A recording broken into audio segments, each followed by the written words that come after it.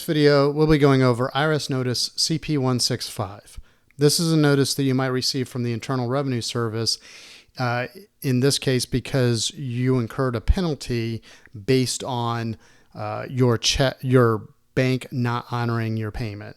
Usually this is something like a bounced check charge, insufficient funds, transaction fee, things along those lines. So think of this as the IRS equivalent to a bounced check fee that you might incur if you bounced a check at a grocery store. So what we're going to go over this, we're going to talk about your options, but I want to point your attention to two things at the top of the notice. So up here on the right hand corner, you'll see the notice type CP165. You'll see the tax period that it's pertaining to. In this case, it's June 30th, 2011. Probably the most important piece of information here is October 10th, 2011, that being the notice date. So if there's anything in your notice that says, please respond within so many days of the notice date, this is the date that they're talking about. So I don't think that's the case in this notice, but it does happen in different IRS notices, so pay attention to that. That's going to be the driving factor behind any action items that are due and when they're due. Over here on the left-hand side, you'll see this redacted field is the IRS office that this letter was generated from. That's probably not as important as this redacted field, which represents your name and address.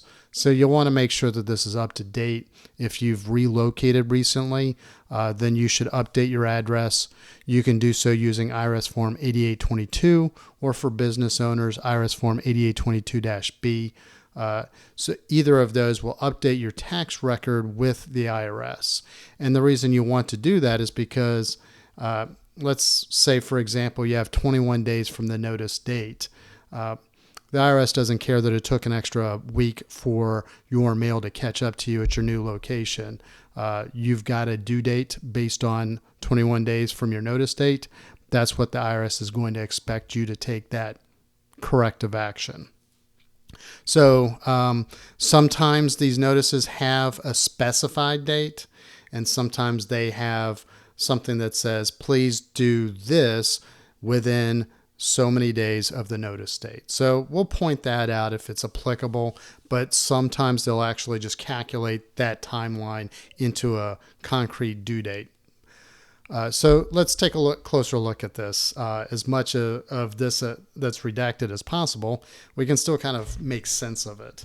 So over here in the billing summary, it shows you had a dishonored payment amount. Let's say that this is $1,000. The bad check penalty, it might be like 2% of that, so call it $20.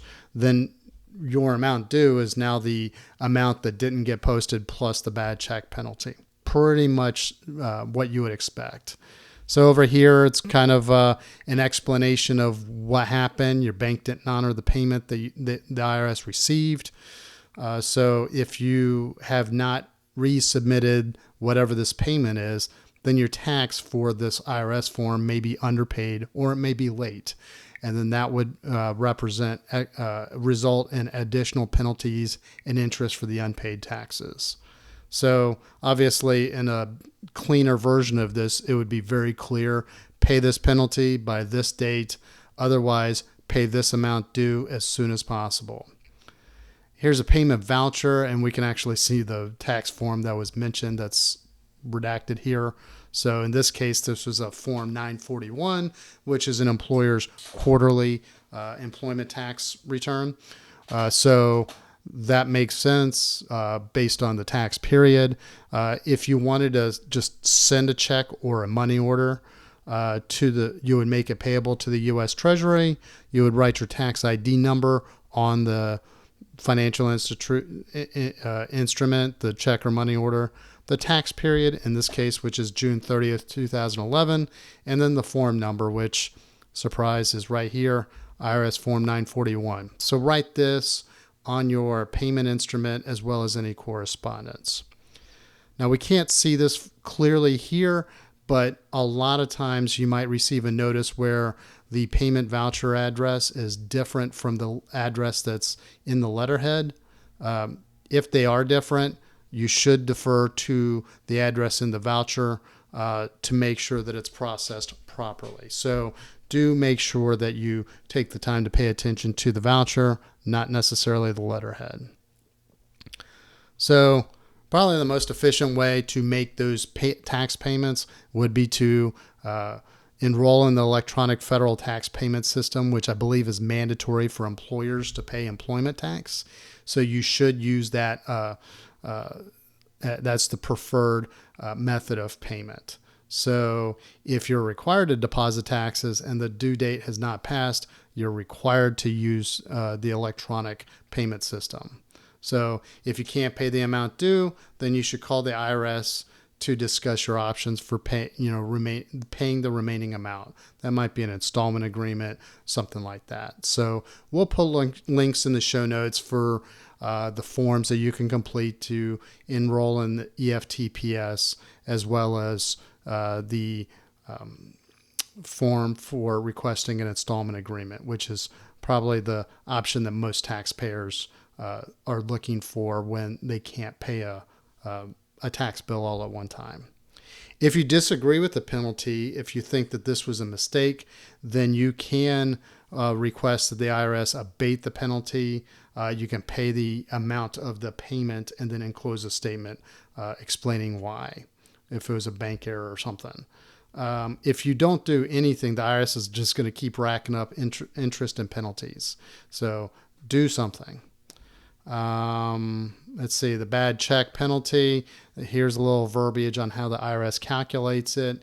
If it's a form of payment that's more than $12.50, then the penalty is 2%.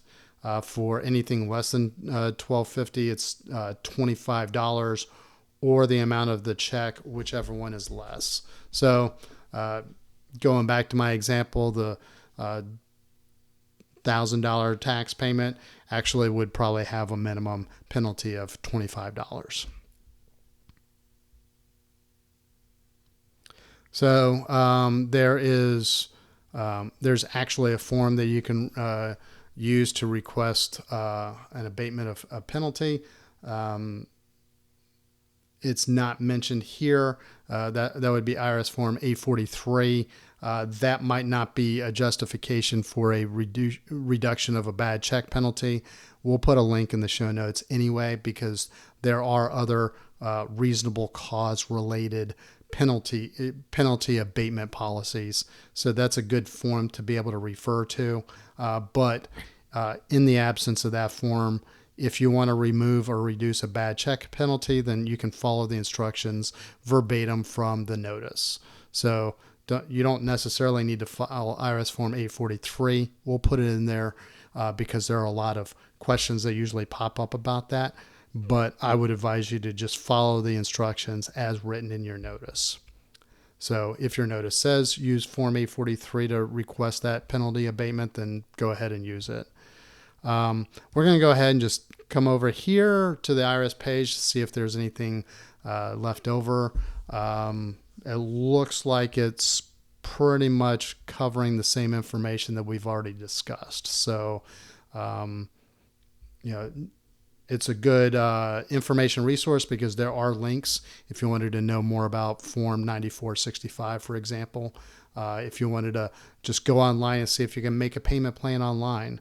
If you wanted to use an online payment agreement application, you can do that right there. So there are a lot of good resources, and we'll put links in the show notes to additional resources that we've created, such as articles and videos to walk you through some of these tax forms related to your notice. So I think that wraps up our video.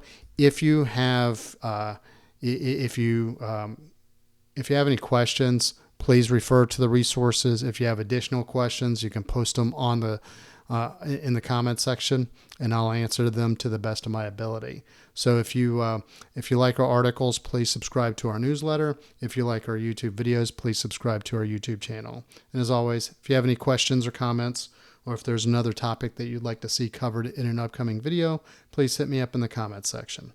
Thank you very much and have a great day.